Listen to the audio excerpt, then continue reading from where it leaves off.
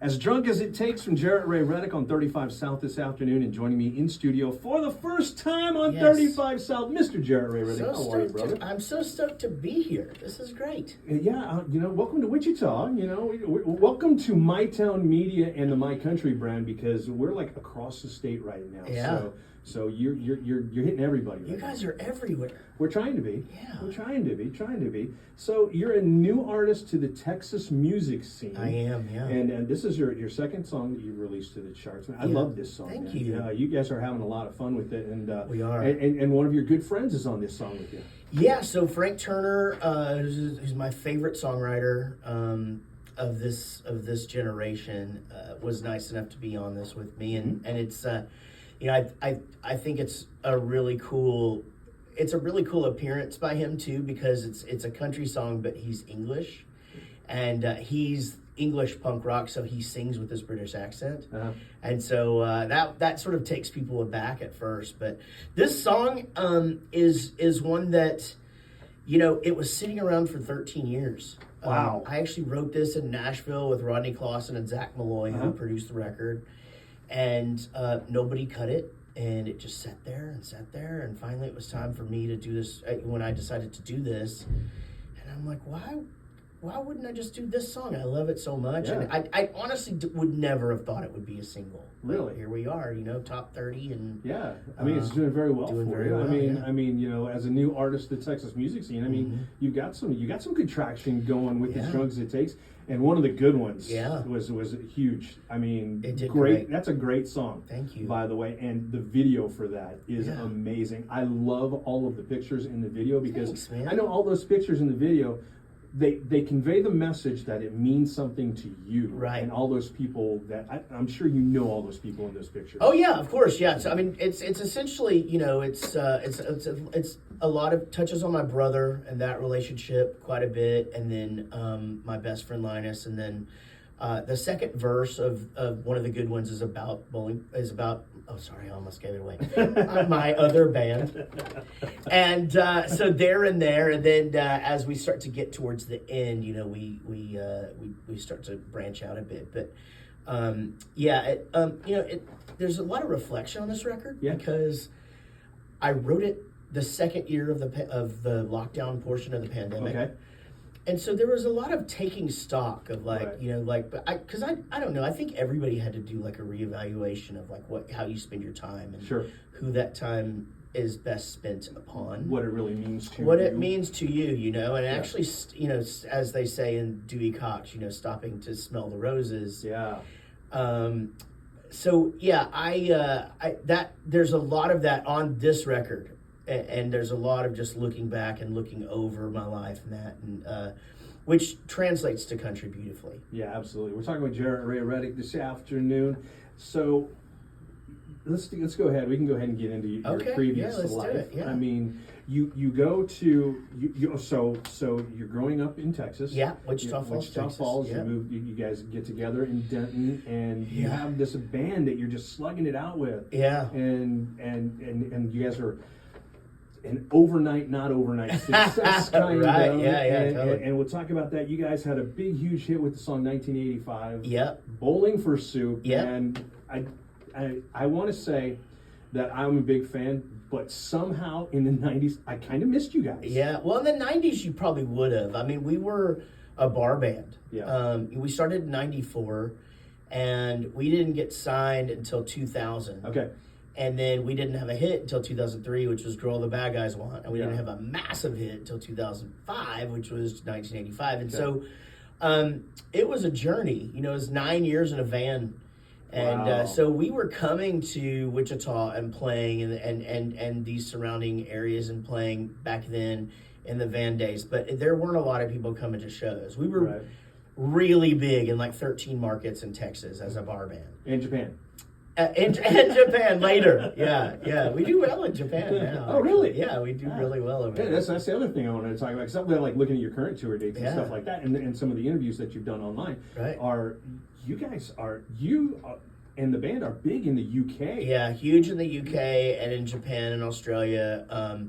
Our other biggest markets are Brazil and Indonesia, but we've never been to those places.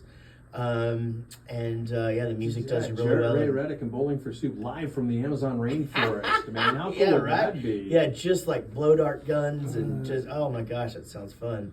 But yeah, the UK is very good to Bowling for Soup. We're doing arenas over there now. Wow, that's and crazy. It's just continued to grow.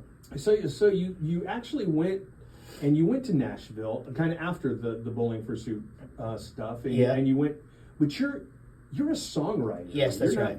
I mean, yes, the band stuff is really cool and doing stuff like that. Yeah. But you went for songwriting, and you didn't have a great experience. I did not. First. No, thank you for bringing that up. I skipped over that when I was talking about "Drunk as It Takes," but that's the song that got written, the one song that got written in my 5 days there, and I did not like it. I found that people would take the writing session and then they just wanted to write a Bowling for Soup song. And I was like, I'm not here to write Bowling for Soup songs. And I just really wasn't even given really a chance to write country. And I didn't like the click of it. I didn't like the people were fine. It just really rubbed me wrong. Yeah. I came back very just like, I don't ever want to do that again. A little bit jaded, yeah. Yeah, and I came back. I know what my skill set is. Sure.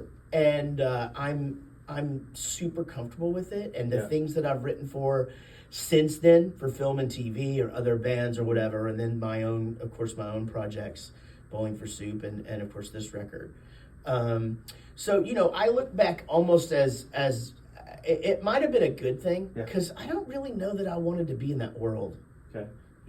And listen.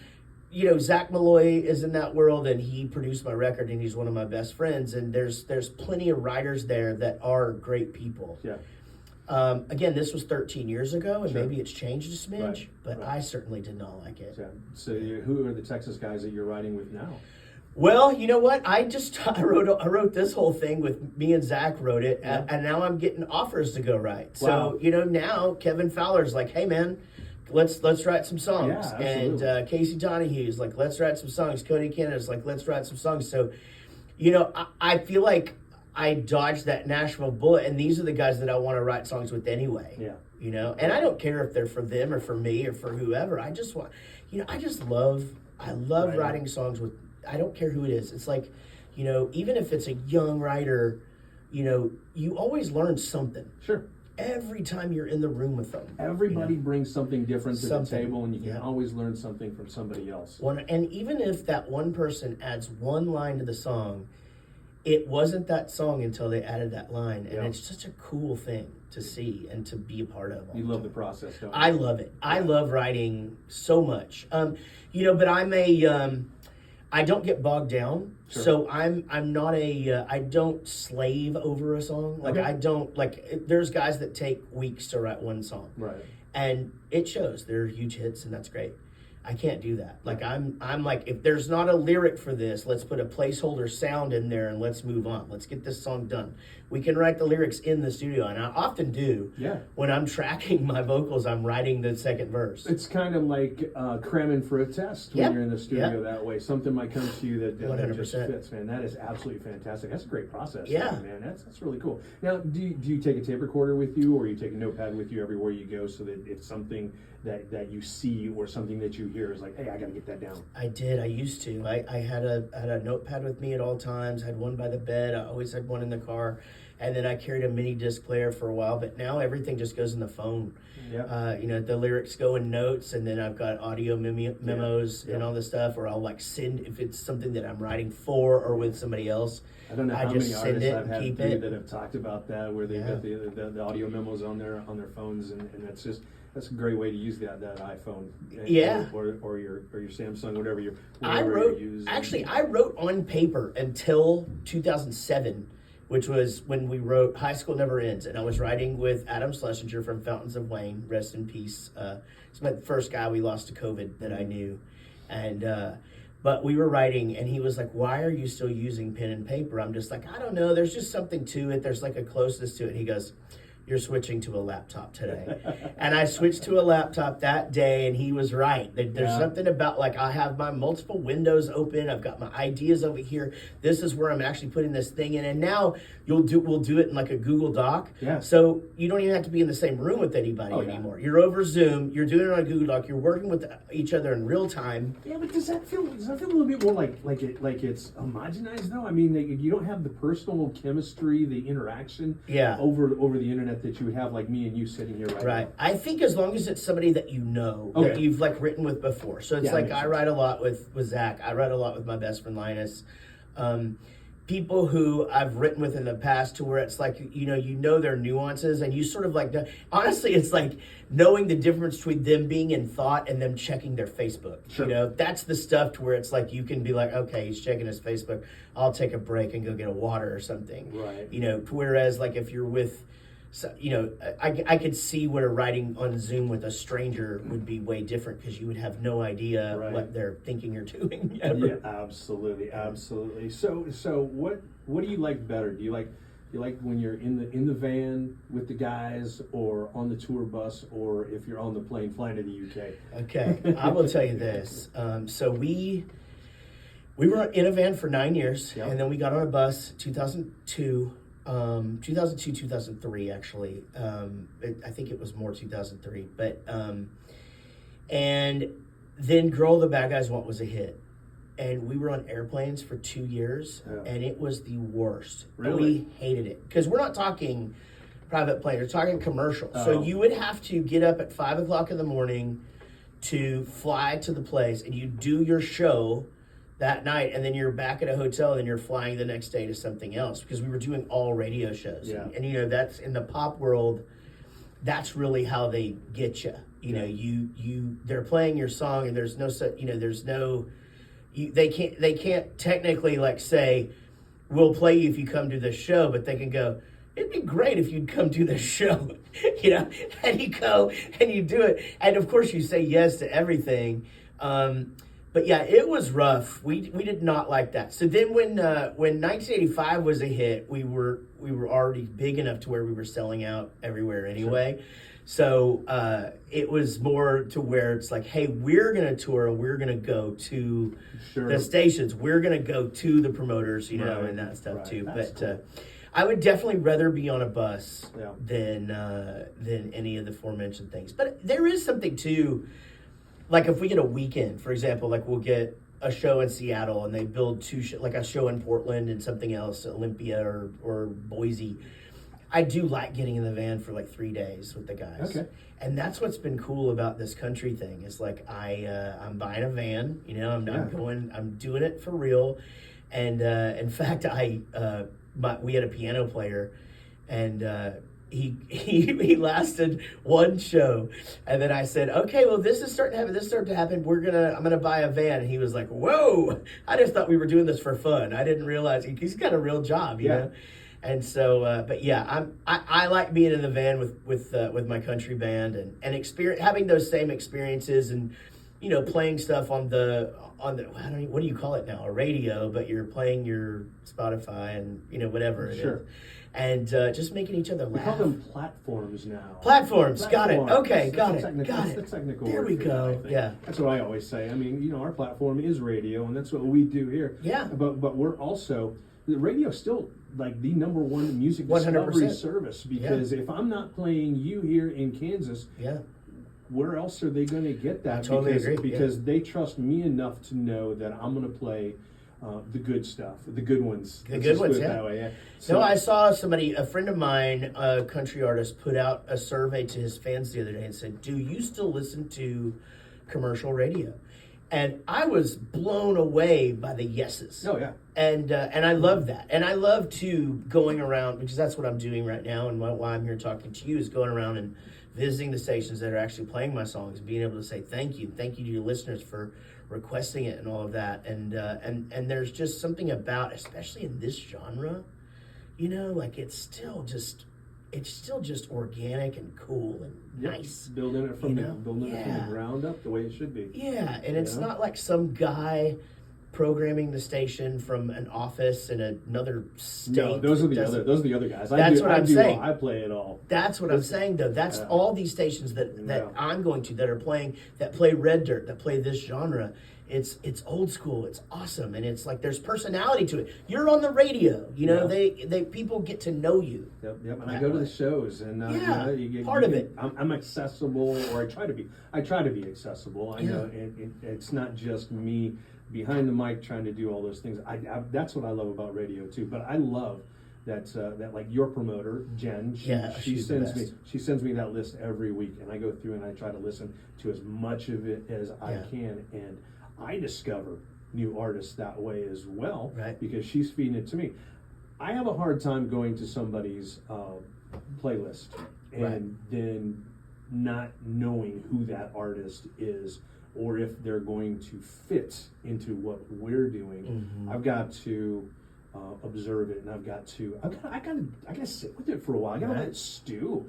I mean, honestly, I didn't play the good ones. I didn't play the good ones right out of the box. Or one of the good ones. I'm sorry, that's okay. I'm messing that title up. We call it. It says good ones on the set list. So I had sit there with it for a while, and I'm like, who is this guy? I don't know anything about him. What's going on? Let me listen to it for a while. And as the more I listen to it, the more cool things I find out about it. Right. And then it's like, okay, who's this guy? And then you do the deep dive, and I'm like, no way! I know, right? Are you kidding me? This guy? Yeah. Wow, man, and it's absolutely fantastic. I think you fit in, man. Thanks, man. I think there's room for everybody. It's been awesome. I mean, not just from radio to venues to, as I said, artists to the promoters to I was talking about the Texas Country Music Awards earlier. They're having me do events now, and it's just been awesome. And the thing is that I came into this knowing that, you mentioned that Frank Turner is on a song, and I've got Cody Canada on a song, and I've got Uncle Cracker on a song. But as I was making the album, I realized, man, I could get a heavy hitter on every song. But am I pushing it towards novelty? And even in my writing, I was like, I want to obviously be funny because that's my personality, but I don't want to be silly. Right. Because I want people to realize I'm taking this serious. Yeah, absolutely. And it did not take long for people to just be like, oh, that makes sense. This is great. I never get the, are you serious anymore? It's always just like, yeah, that makes sense. That dude's from Wichita Falls, Texas, and he still lives in Denton County, and that dude is a Texan, I just happened to get into punk rock when I was a kid. And started a band. Yeah, and then not everybody can write a TV theme show. That's right. Song. Yeah. The Phineas and Ferb. Phineas and Ferb. I grew up with that. That's my girls. Growing up with that. We grew up on Phineas and Ferb, man. So they're probably stoked because we got 2 more seasons, 40 more episodes about to happen. It's a real big deal. Well, they're in college now. I don't think they'll like it. I'm telling you, that's the age now that's just freaking out about it. I might have to just check it out. Well, they are my demographic though, because that's they were about that age when Phineas and Ferb came out, when 1985 was playing on Radio Disney and on every pop station in the country, so those are the kids that like why our college shows are massive now. It's because your daughter's generation. Yeah, absolutely. So, Jaret Ray Reddick, thank you for joining me in the studio. Thanks for having me. How can more people find out about you and your music? Man, it's super easy. You just go to JaretRayReddick.com. My first name is spelled Jaret, so JaretRayReddick.com. And I'm on all the social medias. If you like funny rock stars that will make your day, I'm on TikTok at Jaret Reddick, but everywhere else I'm Jaret2113. Or just search Jaret Reddick on your favorite platform. There we are again. Yep. Awesome. But put the Ray in there when you're if you're looking for the music. But JaretRayReddick.com, that'll take you everywhere. CDs are out, and vinyl is on pre-sale right now. It ships March 1st. Awesome. No, thank you for joining me this afternoon. Thanks for having me. 35 South. Safe travels, continued success, my friend. Thank you, and thank you for having me, and thanks for everything. Thank you for all you're doing for Red Dirt Music too, man. Just a guy in a box. Yeah, interviewing artists and playing music. That's all I do. It's more than that to us. So thank you. Boom.